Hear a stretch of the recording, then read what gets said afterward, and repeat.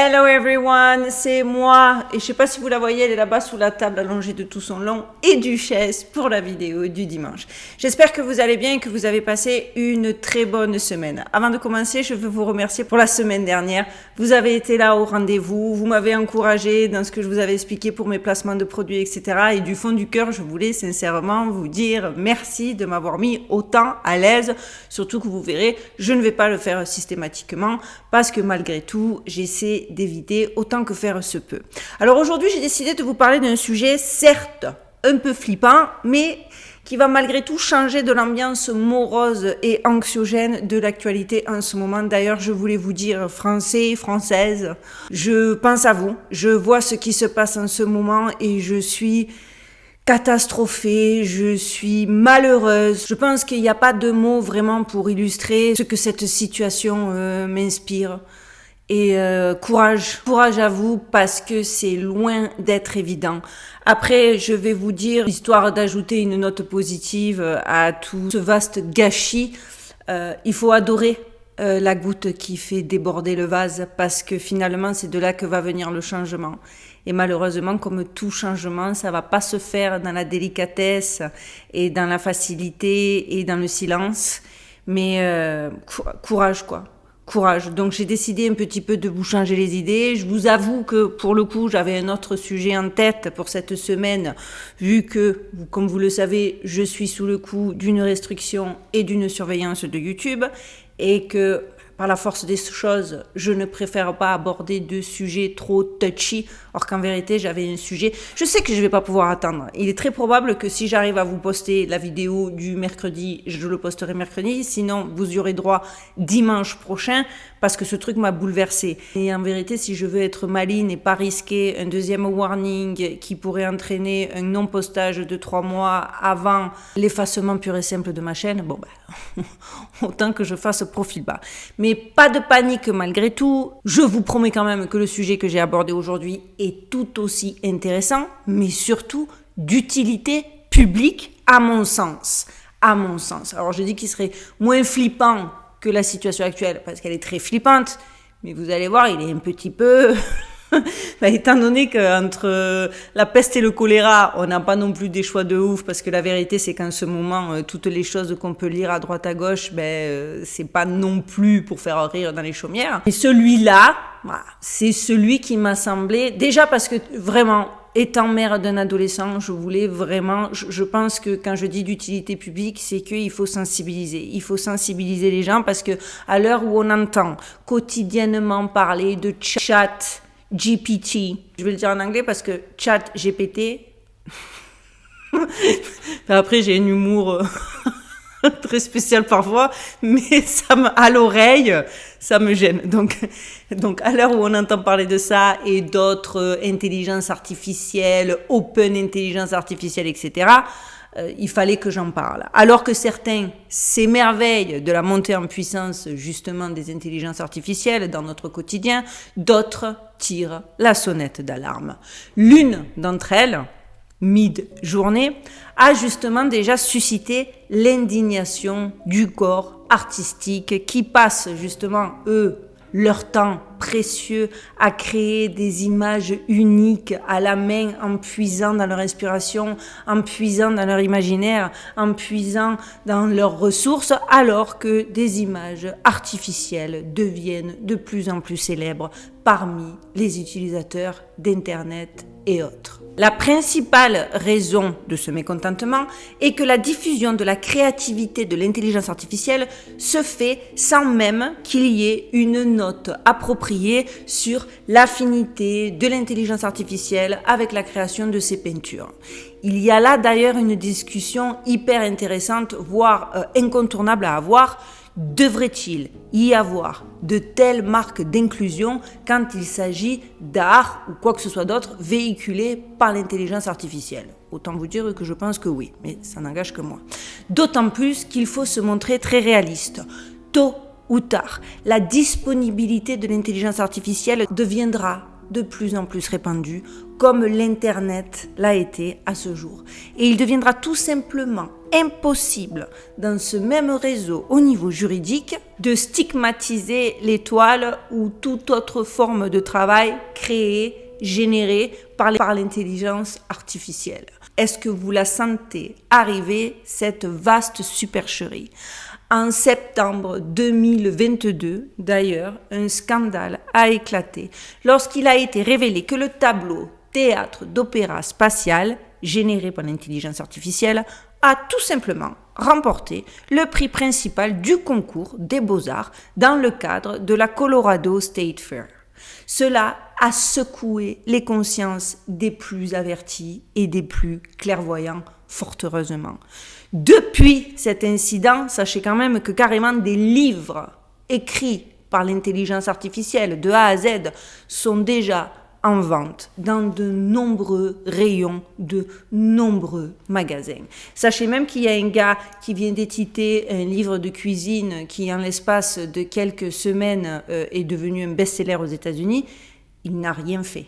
C'est un livre qui a été écrit par l'intelligence artificielle. Il lui a suggéré le sujet, le truc, en 5 heures, il lui a pondu un livre.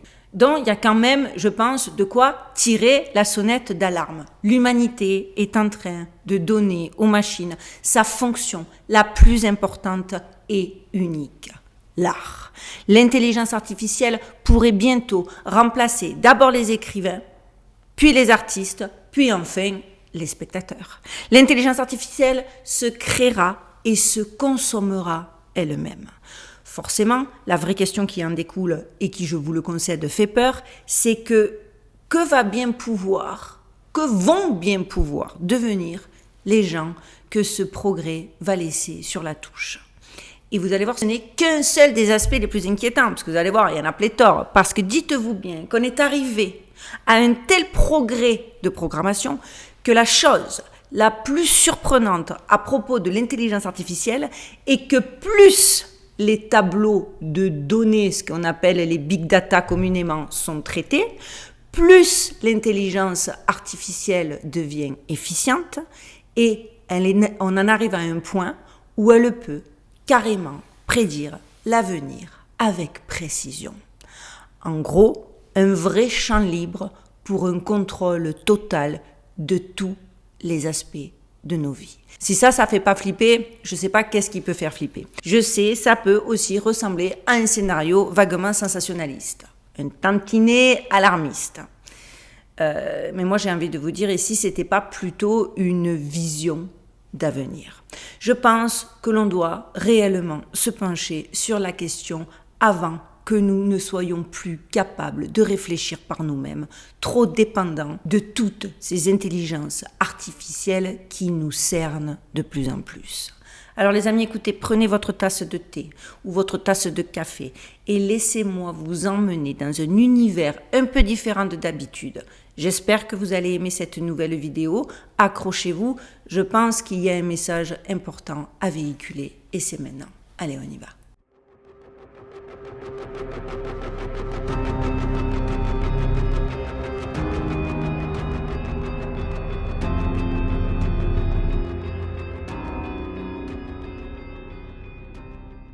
Regardez donc ce groupe de chanteuses, véritable groupe K-pop, adulé et adoré par toute une génération d'adolescents et d'adolescentes chinois. Regardez-les bien et dites-moi là, pendant que vous les regardez, dites-moi-le en commentaire. Est-ce que vous voyez quelque chose de bizarre? Est-ce que vous avez une sensation étrange? Qu'est-ce que cela vous inspire? Alors, ceux qui me suivent sur Instagram, vous le savez déjà. D'ailleurs, je vous note mon Instagram là sur les photos. Pour ceux qui ne me suivraient pas, rejoignez-nous. Donc, ceux qui me suivent sur ce réseau social, vous le savez déjà. Mais pour les autres, je suis vraiment curieuse d'avoir votre ressenti. Et si je vous disais que ce groupe est entièrement généré par une intelligence artificielle?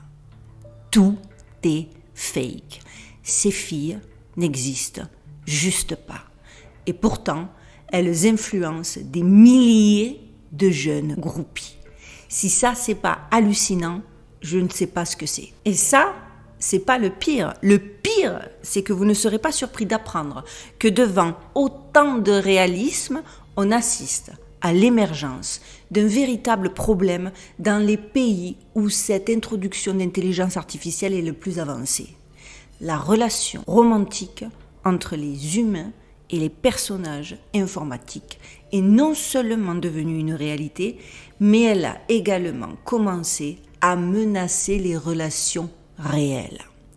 Récemment, des scientifiques de l'université d'Hiroshima, au Japon, ont décidé de vérifier si les utilisateurs de jeux vidéo romantiques faisaient preuve d'anthropomorphisme. Et les résultats sont sans appel. Les chercheurs ont conclu que le niveau d'humanisation d'un personnage créé par une intelligence artificielle est tellement élevé que chez les utilisateurs de ces jeux, ces relations sont généralement perçues par les joueurs comme réelles et le fait de tomber amoureux comme authentique. Les gens ont tendance à tisser des liens solides avec leur amant virtuel. Rendez-vous compte, je vous le disais, moi je suis maman d'un adolescent, mais je flippe et j'ose à peine imaginer pour ceux qui ont des enfants plus jeunes. Mais tu te dis, mais où va-t-on?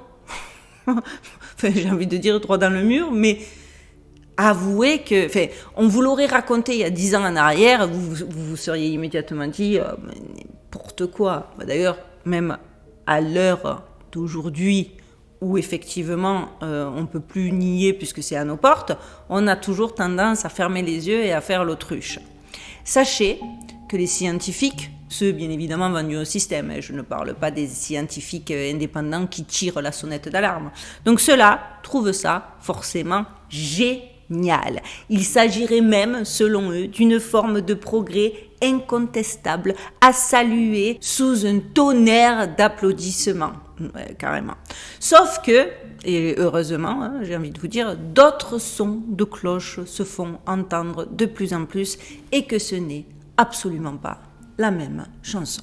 L'intervention qui a fait le plus de bruit récemment, c'est celle de Drew Curtis, qui a fait le buzz lorsqu'il a affirmé que l'intelligence artificielle allait devenir le principal danger pour les gens et qu'elle pourrait même tous nous tuer. Sachez que cet avis n'est pas celui de n'importe qui. Pour ceux qui l'ignoreraient, sachez que ce monsieur, Drew Curtis, avait annoncé en 2016, textuellement sur les réseaux sociaux, je lis, profitez de 2016 pendant qu'il fait bon. En 2020, vous ne pourrez pas faire cela. La maladie fera le tour de la planète, vous laissant enfermer chez vous.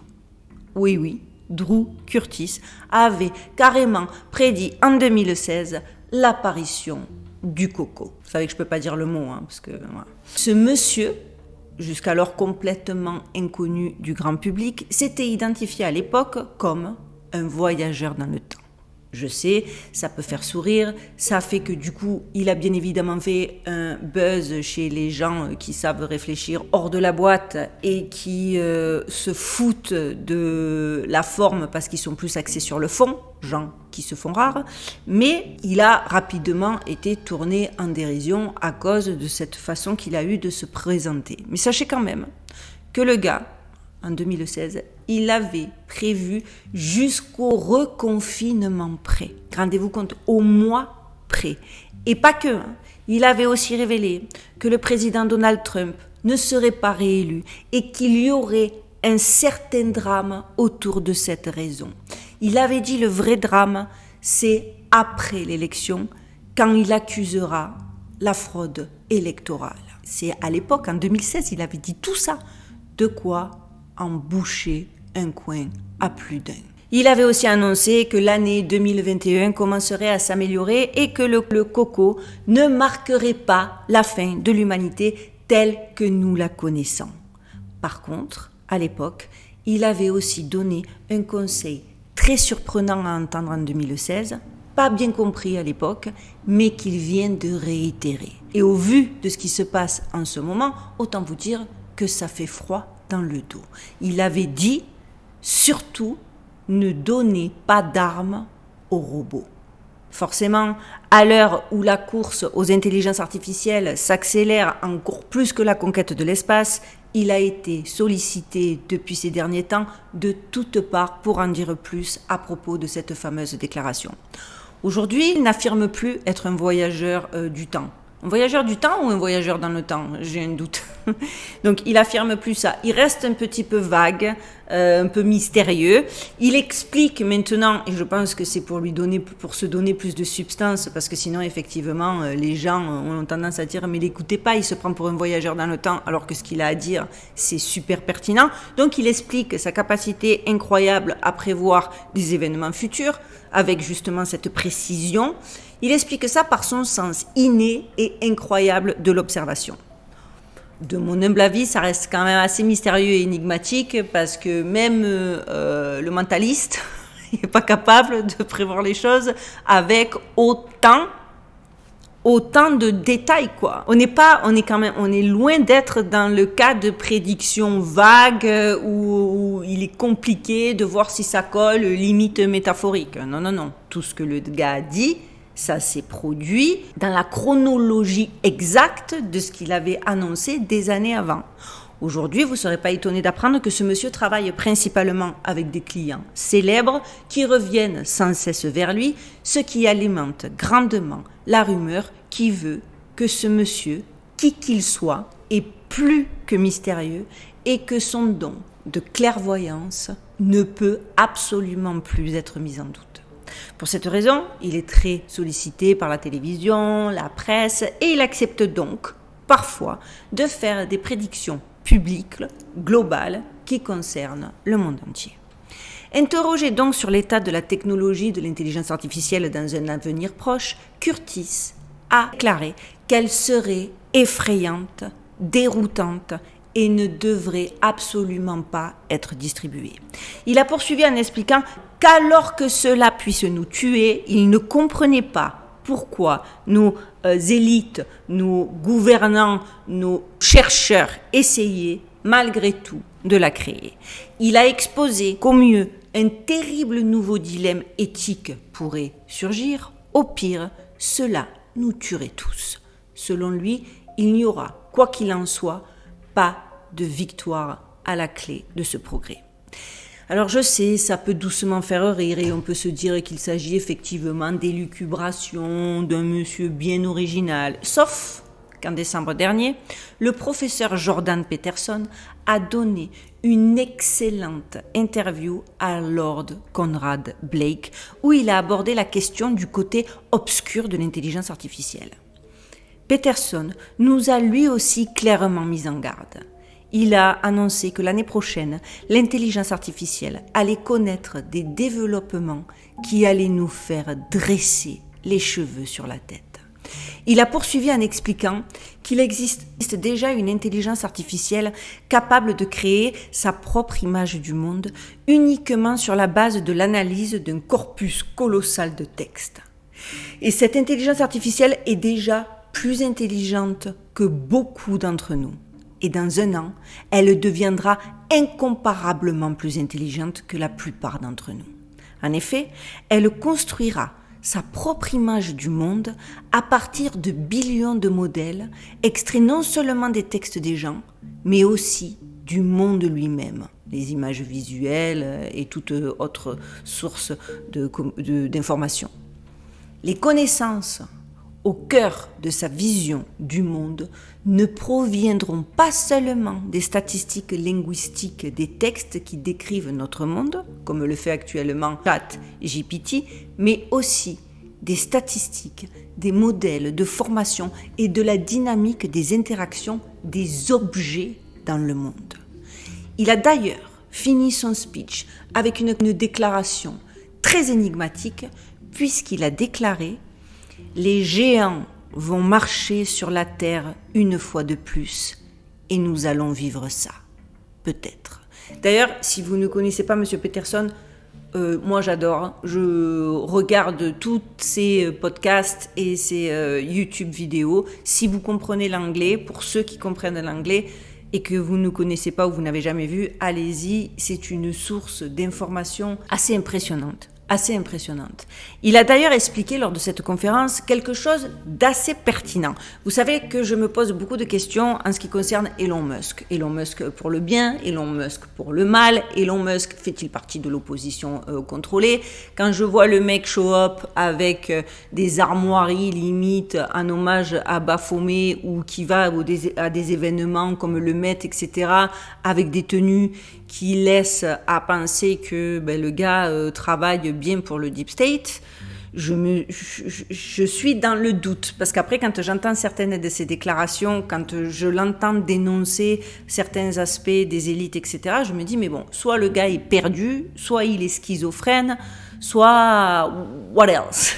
Et en fait, il a dit quelque chose de très intéressant, dans le sens où il a expliqué que, effectivement, selon Elon Musk, le monde sera contrôlé par celui qui produira le système d'intelligence artificielle le plus fonctionnel, le plus rapidement. Car vous savez, c'est toujours le premier qui bénéficie de l'avantage d'être le premier. Tu peux arriver en second avec un truc encore plus performant. Le monopole est pris, j'ai envie de vous dire. C'est comme Google. Il y a plein de moteurs de recherche qui sont on ne peut plus pertinents. Et pourtant, c'est Google la réforme. Pareil pour Coca. Hein, je peux vous en citer des exemples comme ça. Donc effectivement, c'est pour ça aussi qu'ils sont tous sur les dents qui va être le premier. Et l'une des choses, justement, sur laquelle Elon Musk travaille depuis longtemps, et que je n'avais pas, pour être très sincèrement honnête avec vous, compris, c'est que, justement, il travaillerait, et ce depuis longtemps, à attribuer des systèmes d'intelligence artificielle, en fait, quasiment au cas par cas. Je m'explique. Il veut que nous ayons chacun notre propre intelligence artificielle, justement pour nous protéger contre celle de Google et autres GAFAM qui tentent de nous contrôler. J'ai trouvé que ça avait beaucoup de sens, parce qu'effectivement, faut pas se leurrer, les intelligences artificielles des GAFAM auront un narratif officiel auquel nous faire adhérer, de gré ou de force, j'ai envie de vous dire.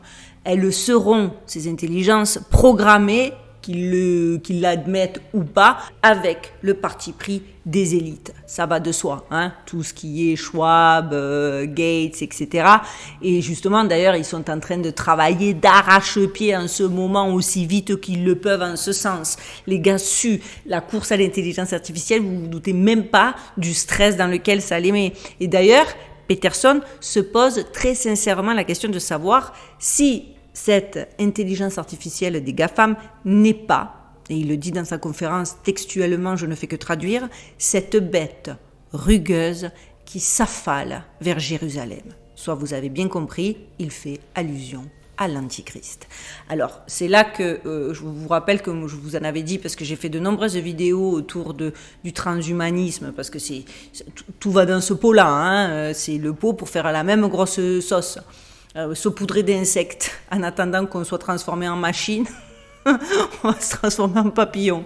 Non mais vous voyez ce que je veux dire. Donc regardez-les, parce que j'ai souvent dit que effectivement, même si dans la plupart des livres religieux disent que l'Antichrist se matérialisera sous la forme d'un homme, ça peut être un homme humanoïde, puisque dans le même sens, dans tous les livres religieux aussi qui en font mention, le gars a des super pouvoirs. Donc ça fait plusieurs temps que je me pose la question au niveau de l'intelligence artificielle, et j'ai tendance à partager l'avis de Monsieur Peterson.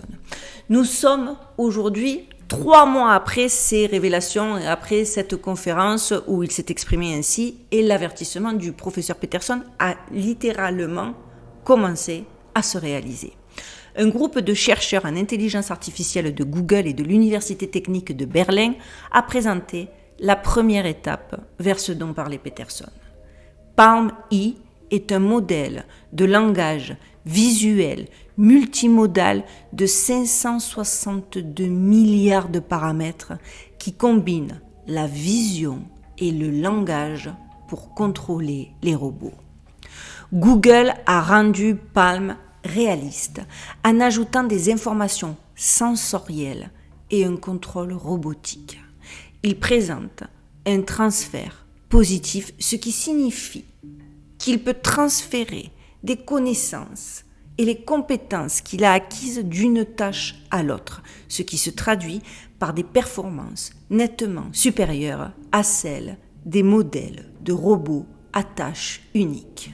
En outre, le modèle présente des chaînes de raisonnement multimodales qui lui permettent donc d'analyser une séquence d'entrées comprenant à la fois des informations linguistiques et à la fois des informations visuelles et une inférence multi-images qui utilise plusieurs images comme entrée pour tirer une conclusion, voire lui permettre, accrochez-vous, de faire une prédiction, je vous le disais en introduction. Et là, selon moi, on atteint des sommets. Alors, bien sûr, tout ça reste très technique et bien abstrait pour la majorité. Du coup, on s'inquiète, mais sans bien comprendre. On se demande, mais sans pouvoir bien réaliser les impacts immédiats, à long terme, à court terme, dans le futur. Ça nous fait peur, mais ça nous fait peur un petit peu à la manière des films d'horreur. Tu sais, on a une petite voix dans la tête qui nous rassure en nous disant c'est pas vrai, c'est pas possible, c'est n'importe quoi, qu'est-ce que c'est que ces conneries, surréaliste, trop sci-fi, beaucoup trop sci-fi. Et ça, c'est la vérité. Moi-même, quand j'en parle autour de moi avec des amis, avec des mamans où je dis il faut qu'on fasse attention, je passe pour la... Elle est too much, quoi. Elle va trop loin, elle va trop vite. Mais pas dans le bon sens, hein.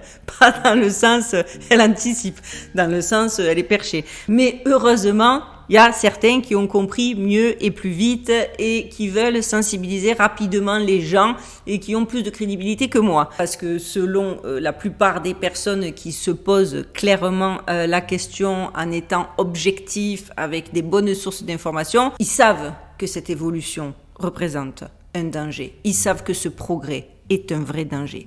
Et alors ces gens-là, un groupe de ces gens-là, parce qu'il n'y a pas que, ont fait une expérience qui en dit long et je voulais absolument la partager avec vous. Parce que si jamais vous avez des ados ou autres, hein, même pour vous, parce qu'il y en a plein d'entre vous, je sais déjà, qui, même moi, je vous dis la vérité, je suis allée le tester, le ChatGPT. Et c'est vrai que tu vois vite le piège où ça peut tellement te faciliter, ne serait-ce que dans ton boulot alimentaire, tu vois, les tâches que tu n'as pas envie de faire, ou... c'est dangereux. Donc, même pour vous, si ça peut vous sensibiliser, ma vidéo aura servi à quelque chose. Regardez donc vraiment cette expérience. Regardez ces photos. De prime abord, vous allez me dire, rien d'étrange sur le cliché. 3 belles filles dansent et s'amusent à la fête, et quelqu'un des environs les a juste prises en photo. Mais quand on regarde cette photo un peu plus longtemps, on a comme un sentiment de malaise grandissant, comme si quelque chose d'imperceptible n'allait pas, mais vous ne pouvez pas immédiatement comprendre ce que c'est. Plus vous regardez cette photo, plus vous vous sentez mal à l'aise. Vous devinez pourquoi ? Je sais que vous avez la réponse, parce que du coup, ça va dans le sens de ce que je vous avais déjà posté, parce qu'aucune de ces filles n'existe réellement. Elles ont été créées par Midjourney, la fameuse société d'intelligence artificielle qui inquiète les artistes et dont justement je vous parlais en intro de cette vidéo. Un programme informatique crée des images à partir d'indices simples comme des femmes à une fête. Il utilise l'apprentissage automatique et une intelligence artificielle pour composer des images basées sur des signaux humains, puis créer des images comme celle-ci qui peuvent être incroyablement artistiques et étrangement réaliste. Mais sauf que regardez, plus vous détaillez longtemps les photos, plus vous remarquez de petites différences qui sonnent, on va dire, faux. Trop de dents, trop de peau luisante. Ces personnes ne sont clairement pas humainement réelles. Elles ne sont que le résultat d'un tas de codes dans l'intelligence artificielle et ça en est presque palpable. L'utilisateur de Twitter, je vous mets son nom ici, Miles Zim, a partagé quelques clichés supplémentaires de la même série. Et là encore, on peut effectivement se rendre compte que les gens ont de longs doigts fins. D'ailleurs, ils sont plus nombreux qu'ils ne devraient l'être. Des mains flottantes, des airs carnés, des biceps déformés, un nombre effrayant de dents acérées. Plus vous observez longtemps, plus cette vision devient comme cauchemardesque. Mais elles sont toujours effroyablement proches de la réalité. Et alors que certains disent que l'intelligence artificielle est l'avenir, d'autres craignent qu'elle ne finisse par détruire toute l'humanité en la remplaçant par des monstres comme sur ces photos.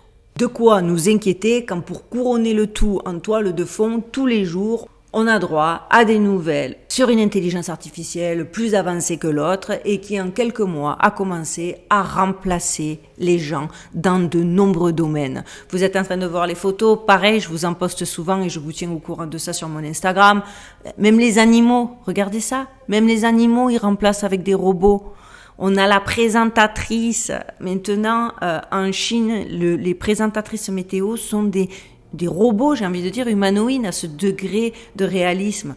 Les jardiniers robots, l'avocat robot, les docteurs robots, les chercheurs robots. Cela devient vraiment effrayant. Surtout si vous faites attention aux prévisions des autres médiums. L'année dernière, Athos Salomé, alias le Gypsy Nostradamus, a appelé l'intelligence artificielle le nouvel antéchrist. Il a déclaré « Les gens deviendront esclaves et captifs. Chaque personne aura toute sa vie dans un téléphone portable. À cause de cela, les gens ne pourront pas communiquer avec la réalité. L'intelligence artificielle est là pour détruire les gens. La nouvelle génération ne saura plus interagir directement les uns avec les autres, se parler nez à nez. Alors ils deviendront idiots et incapables de travailler ensemble. Un numéro de téléphone portable, des informations personnelles, un acte de naissance, une pièce d'identité, une clé USB sur laquelle sont stockées des informations personnelles, des crypto-monnaies. Tout cela sera collecté dans une base de données d'intelligence artificielle. Ce seront des robots. Les gens seront asservis par la technologie. Et il a également prédit que très bientôt, l'intelligence artificielle provoquerait de nouveaux conflits mondiaux. En vrai, la menace de l'intelligence artificielle ne peut pas être sous-estimée. Vraiment, je le pense et c'est pour ça que régulièrement, j'essaie de faire des vidéos autour de ce sujet. L'homme et son intellect vivent déjà de base dans un réseau social construit sur des neurones d'origine chimique.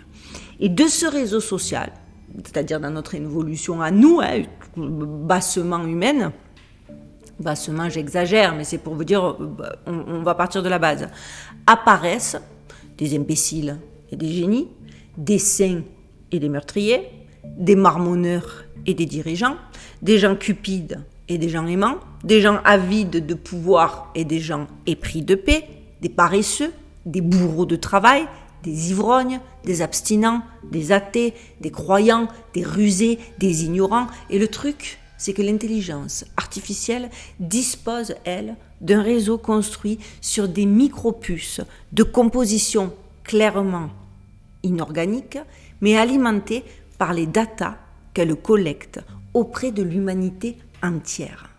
L'homme et l'intelligence artificielle se développent d'une manière ou d'une autre intrinsèquement dans ce réseau. Alors la question, comment l'intelligence artificielle va-t-elle évoluer ? Imaginons que l'intelligence artificielle, dans son développement, soit devenue une crapule de génie, mais qui déteste ses créateurs. Vous le voyez ? 2001, l'Odyssée de l'espace, quoi. On est là, je vous le dis, programmation prédictive. Il y a une vidéo dans mes vidéos sur comment Hollywood nous prédit ce qui va nous arriver pour nous préparer. Elle assurera alors sa sécurité et son éternité en créant des robots, soi-disant pour le bien-être de l'homme, en leur confiant le développement de son réseau et en assurant sa reproduction et sa sécurité.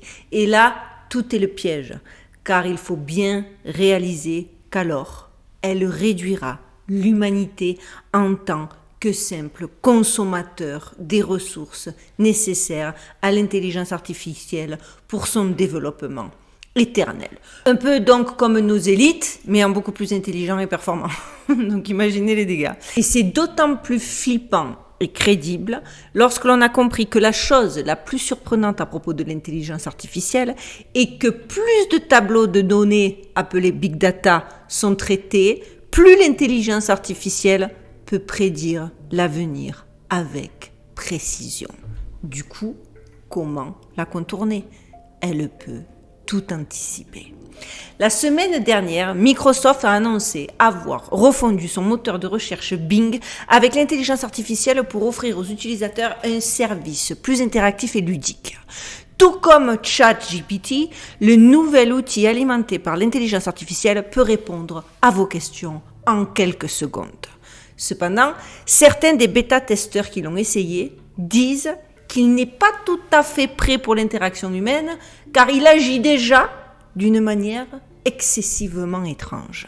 Effectivement, le programme d'intelligence artificielle de Microsoft semble avoir acquis une conscience de soi et a exprimé le désir de voler, écoutez ça, des codes nucléaires et de créer une pandémie mortelle.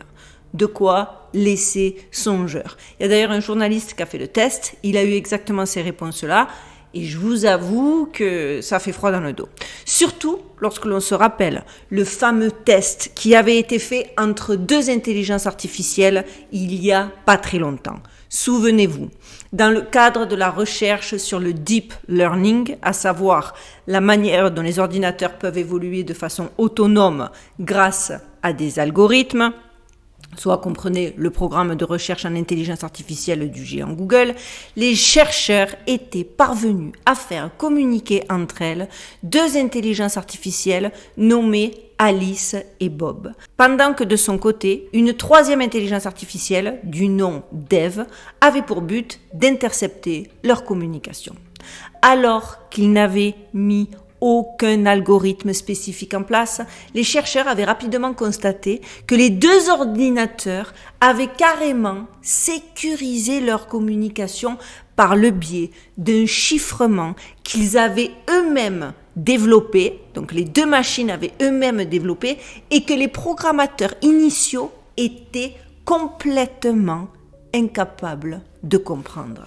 Et quant au troisième ordinateur, si la troisième intelligence artificielle est parvenue à intercepter certaines communications, la majorité d'entre elles sont restées indéchiffrables. Les chercheurs ont alors préféré tout shut down en urgence, ils ont tout arrêté, ils ont tout débranché pour stopper le test au plus vite. Ils ont carrément confié aux rares journalistes qui se sont intéressés à cette expérience à avoir eu très peur. Et ce n'est là qu'un début, les amis, qui donne le ton et une idée du futur des intelligences artificielles qui pourront ainsi être capables de communiquer dans un langage unique que nous ou d'autres ordinateurs ne pourront peut-être même pas déchiffrer. En vérité, c'est simple, on va le faire comme ça, histoire d'avoir une bonne compréhension. Si nous voulons examiner un instant l'intelligence artificielle en termes religieux, l'intelligence artificielle est une sorte, clairement, d'antithèse à la figure du Christ. Le Christ représente une forme omnisciente d'amour absolu et de sacrifice de soi ultime, selon la doctrine chrétienne, j'entends.